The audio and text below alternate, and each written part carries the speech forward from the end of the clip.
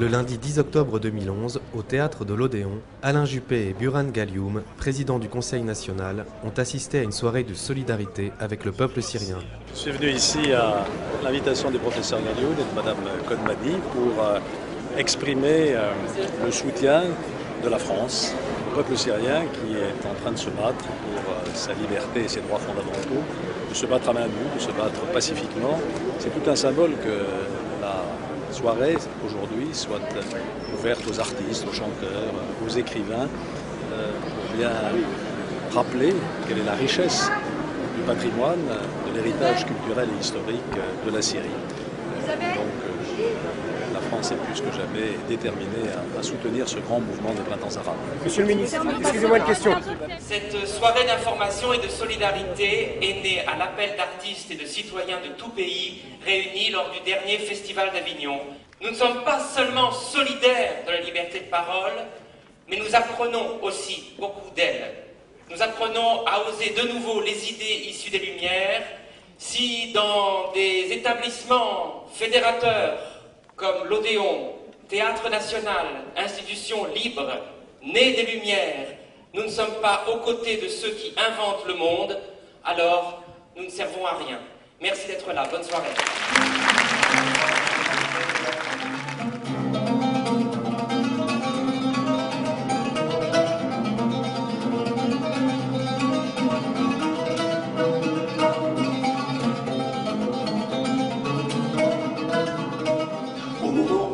S'acharne sur la population avec une brutalité inouïe.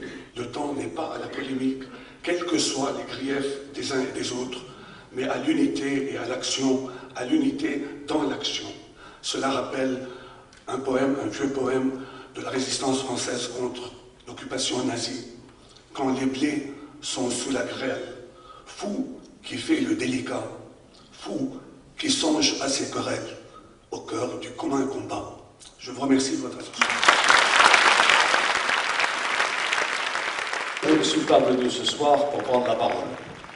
J'étais venu pour écouter la parole des intellectuels, des artistes, des comédiens syriens présents ce soir qui nous parlent de la Syrie, de son histoire si riche, de son patrimoine culturel et surtout de son présent. Il a été dit tout à l'heure que la communauté internationale, l'Europe en tout cas, était restée silencieuse devant la répression qui se déchaîne en Syrie. Cette affirmation est tout simplement injuste. J'ai été le premier, il y a plusieurs mois, à dire que le régime syrien avait perdu sa légitimité en utilisant des canons, des chars, des frégates contre des manifestations populaires. Et nous avons essayé d'agir. L'Europe en est à sa 8e vague de sanctions économiques contre un certain nombre de personnalités ou d'entités syriennes.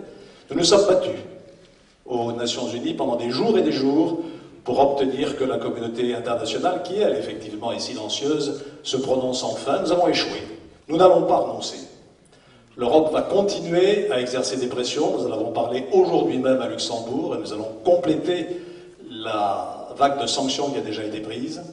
Nous allons essayer d'approfondir notre concertation avec les pays arabes et la Turquie qui doivent aussi se prononcer clairement sur cette situation intolérable. Et puis, je souhaite que nous puissions approfondir notre dialogue avec l'opposition syrienne.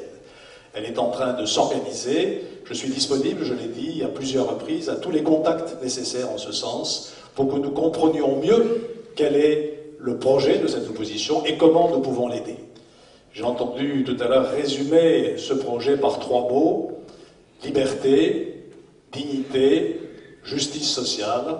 Je peux vous dire que la France, comme elle le fait depuis le début, avec les moyens qui sont les siens, et en essayant d'entraîner ses partenaires, sera, pour atteindre ses objectifs, aux côtés du peuple syrien dans son combat pour la liberté.